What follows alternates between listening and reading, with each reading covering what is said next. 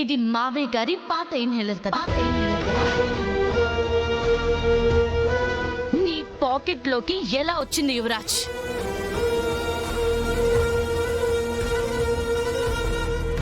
చెప్పు చెప్పు చెప్పు. కేదార్ని బయటికి పంపించడానికి మావయ్య గారి ప్రాణాలతో చిలకాటమాడేవా? లేరా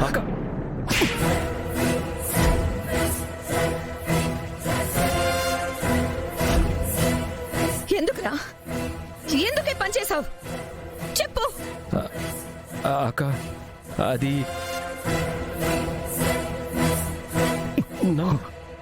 చచ్చే వరకు ఎదురు చూడలేక నువ్వే చంపేద్దాం అనుకున్నావురా?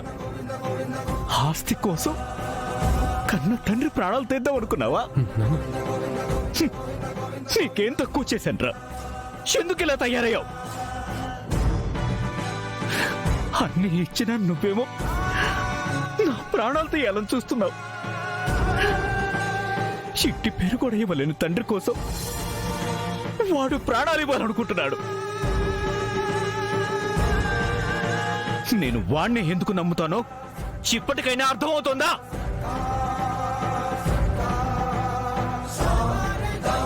ఇంటి పేరు కోసం ఎంతలా పరితపిస్తున్నావే? అసలు ఇంటి పేరు పెట్టుకునే అర్హత నీకుందా లేదా అని ఎప్పుడైనా ఆలోచించావా? రేయ్, ఇవాళ చెప్తున్నాను, నీకు అర్హత లేదు, అర్హత లేదు, అర్హత లేదు.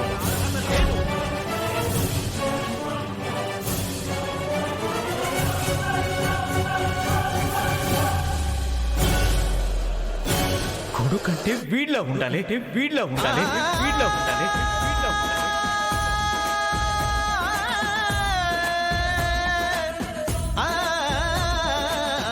ఛీ, నీలా కాదు.